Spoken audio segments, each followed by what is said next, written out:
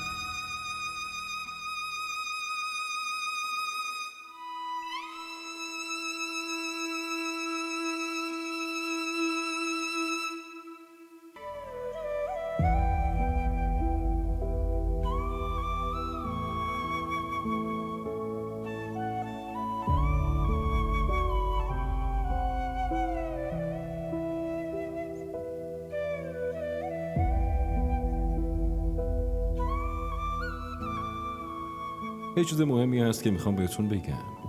برای من شما امروزمون و فردایی که قراره بیاد خیلی مهمه. من در مورد گذشتم چیز خاصی ندارم که راجبش بهتون بگم و نه از شما در مورد گذشتتون میپرسم.